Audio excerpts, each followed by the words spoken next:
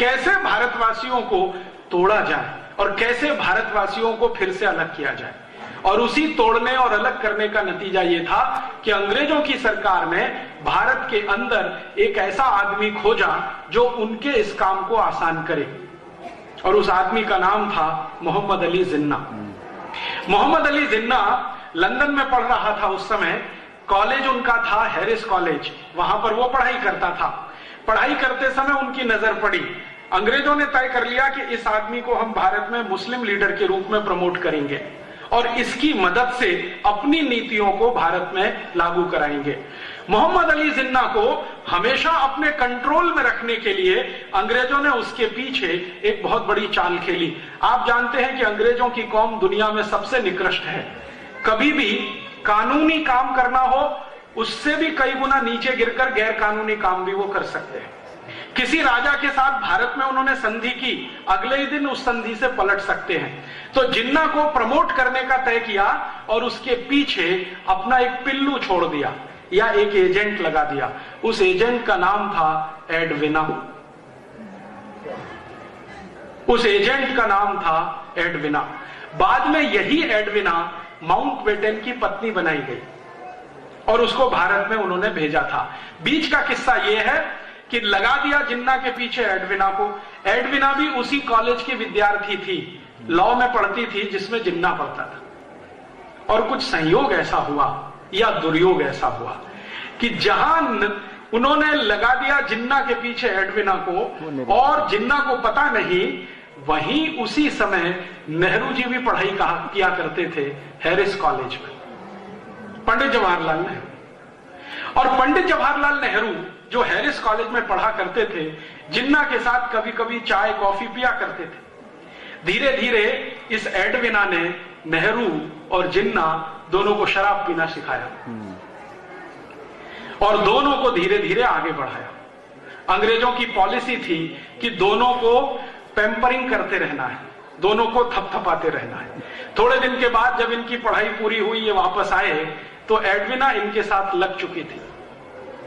शादी तो उसकी बाद में हुई है, पहले वो लग चुकी थी। एडविना को ब्रिटिश पार्लियामेंट ने एक स्पेशल ऑफिसर बना के एक बहुत बड़ी पोस्ट देकर, सीक्रेट एजेंसी के जैसे एक पोस्ट बनाकर हिंदुस्तान में लगा दिया और उसको कहा गया कि एक ही काम करना है, जिन्ना को प्रमोट करते हुए, पैम्परिंग करते हुए मुसलमानों का नेता घोषित करवाना है।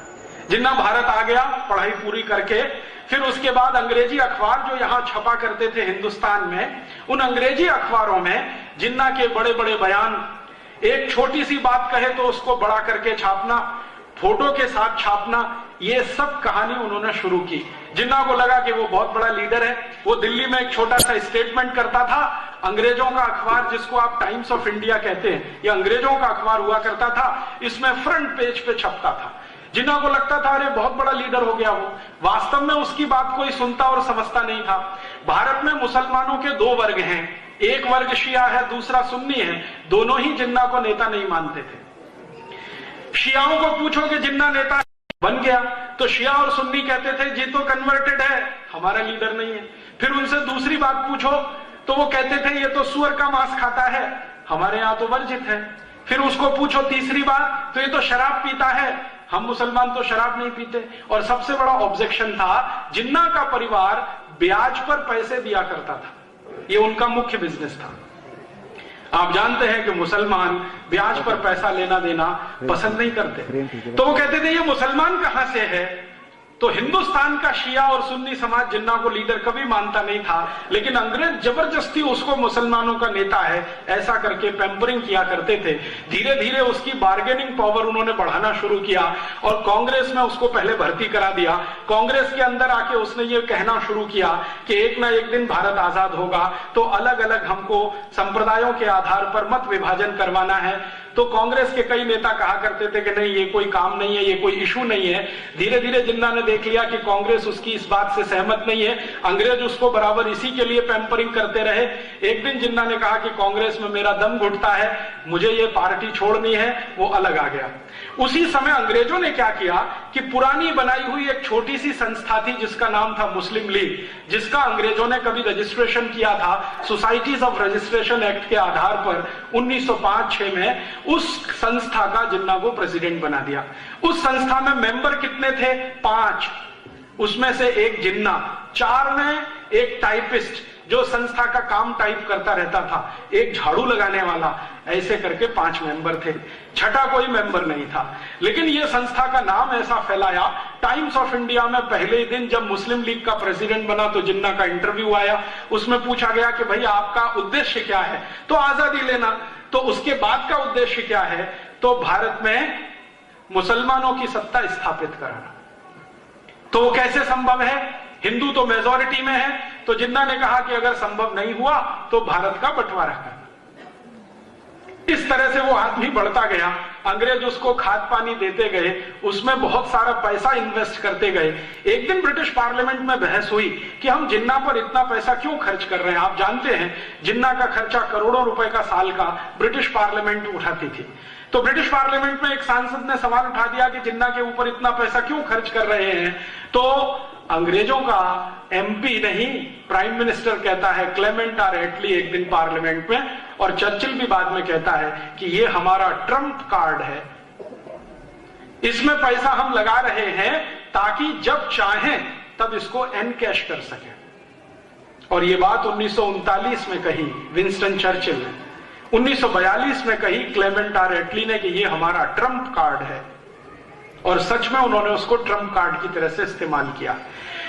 1942 का भारत छोड़ो आंदोलन जब सफल हो गया और अंग्रेजों ने देख लिया कि भारत के क्रांतिकारियों में बहुत बड़ी लहर पैदा हो गई है, भारत छोड़कर जाना ही पड़ेगा, और उससे भी ज्यादा महत्वपूर्ण बात यह थी कि सेकेंड वर्ल्ड वॉर में अंग्रेजों की इतनी पिटाई हो चुकी थी कि उनकी पूरी की पूरी कमर टूट गई थी, आर्थिक रूप से वो बहुत कमजोर हो गए थे, कारखाने उनके बहुत बुरी तरह से बंद हो गए थे, क्योंकि एक तो मंदी चल रही थी इंग्लैंड में और ऊपर से सेकेंड वर्ल्ड वॉर लड़ना पड़ा। सामने जो उनका दुश्मन था हिटलर, वो बहुत ताकतवर था, इसलिए अंग्रेजों की कमर टूटी हुई थी।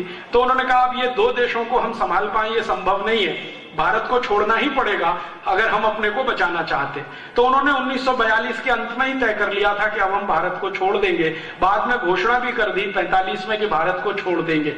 जैसे ही भारत को छोड़ने की बात आई तो जिन्ना को फिर आगे कर दिया कि अब तुम डिमांड करो।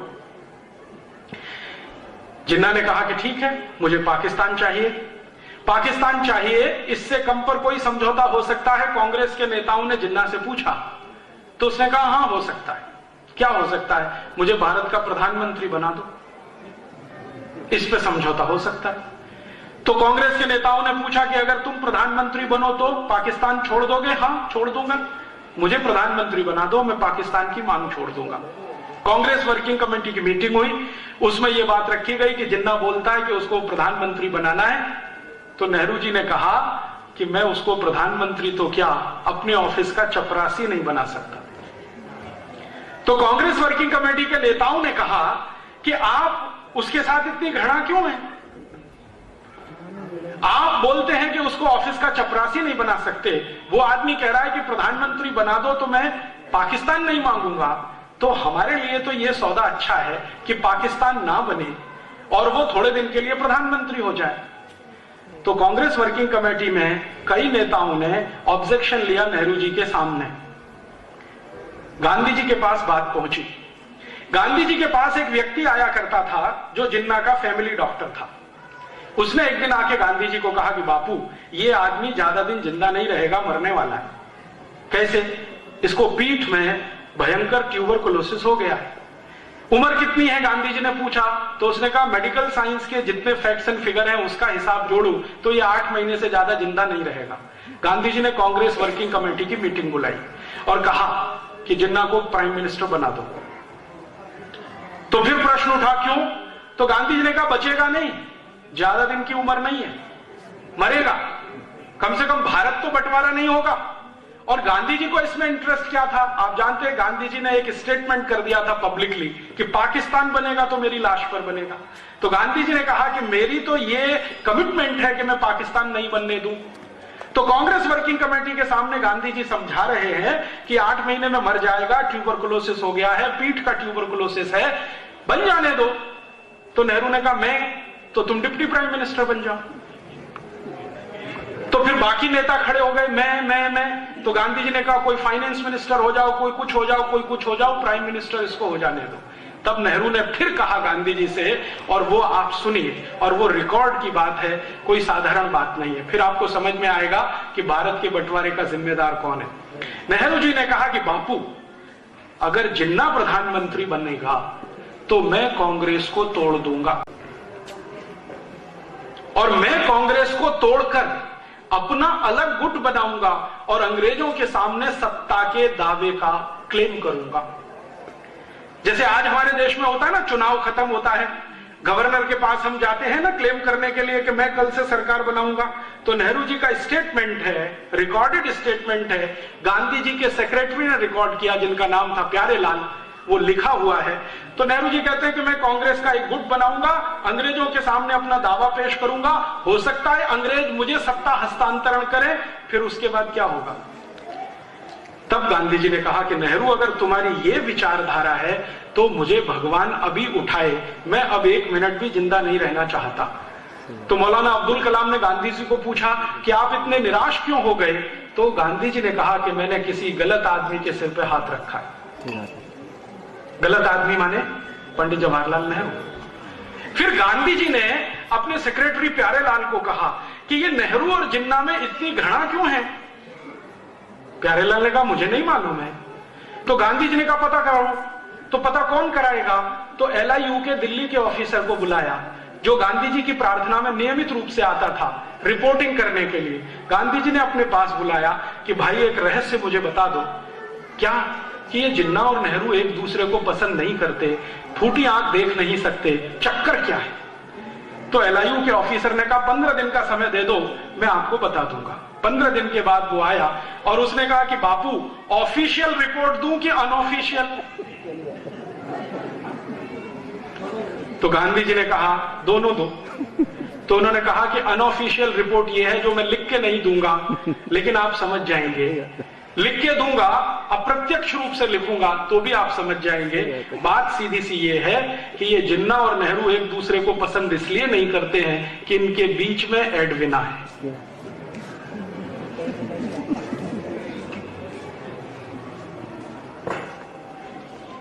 अब आप इसमें से अगर निष्कर्ष निकालना चाहें तो भारत का बंटवारा एक स्त्री के कारण हुआ, एक औरत के कारण हुआ, और वो थी एडविना।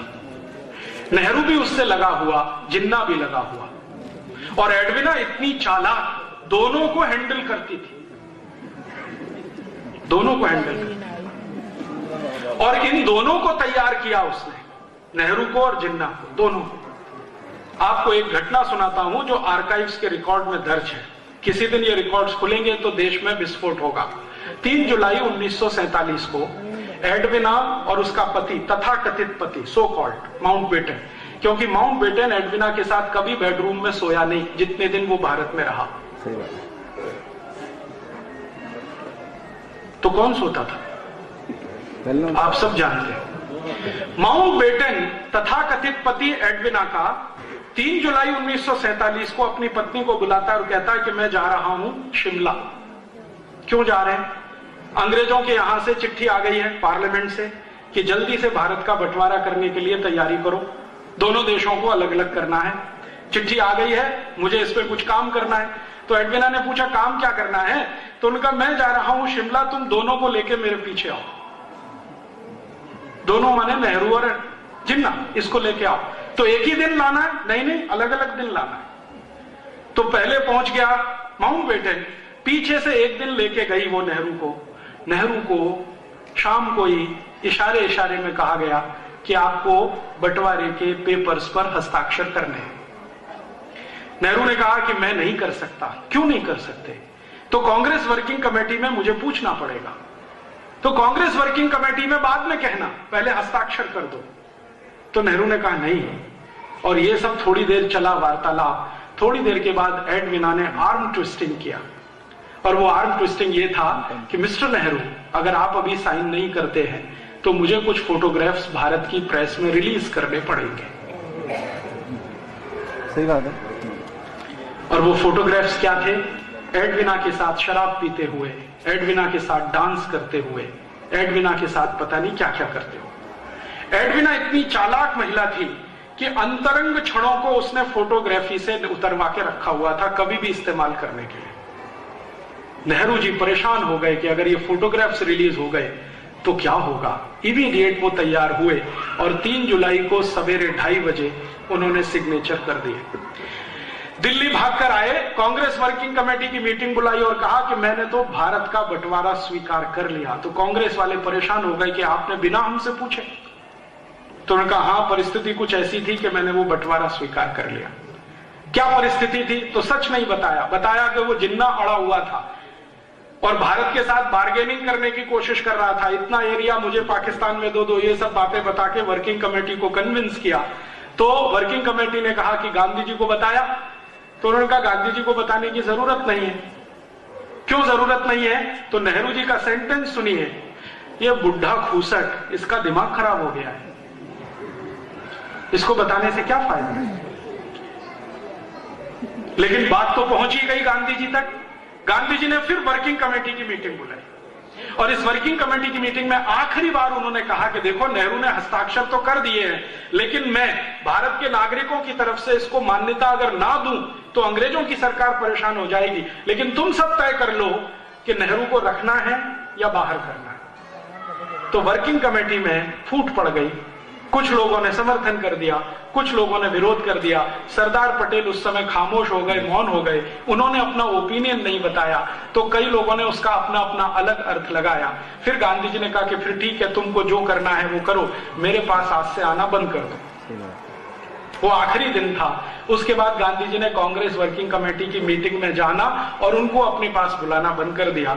और उसके 10-12 दिन के अंदर 3 जुलाई से लेकर 17 जुलाई 1947 के बीच में इन्होंने बहुत सारे वो काम कर दिए कि बंटवारे में कौन सा हिस्सा पाकिस्तान जाएगा, कौन सा भारत रहेगा, आर्मी का बंटवारा कैसे होगा, लोगों का बंटवारा कैसे होगा, पैसे का बंटवारा कैसे होगा, वो सब फॉर्मूले तय कर लिए। अंग्रेजों ने एक अधिकारी भेज दिया, उस अधिकारी ने बाउंड्री लाइन तय कर लिया और उसके बाद सब कुछ तय होकर 14 अगस्त रात 12 बजे उन्होंने भारत को तथाकथित आजाद कर दिया, 2 टुकड़े करके, भारत और पाकिस्तान।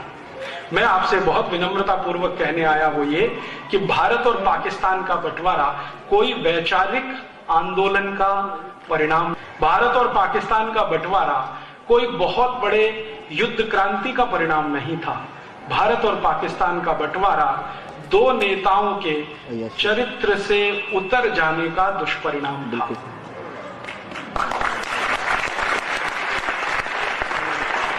हमारे यहां यह कहा जाता है कि सामान्य आदमी दुष्चरित्र हो जाए तो उसका स्वयं का पतन होता है, लेकिन भारत के प्रधानमंत्री पद के दावेदार व्यक्ति के चरित्र का पतन हो जाए तो राष्ट्र का ही विनाश होता है।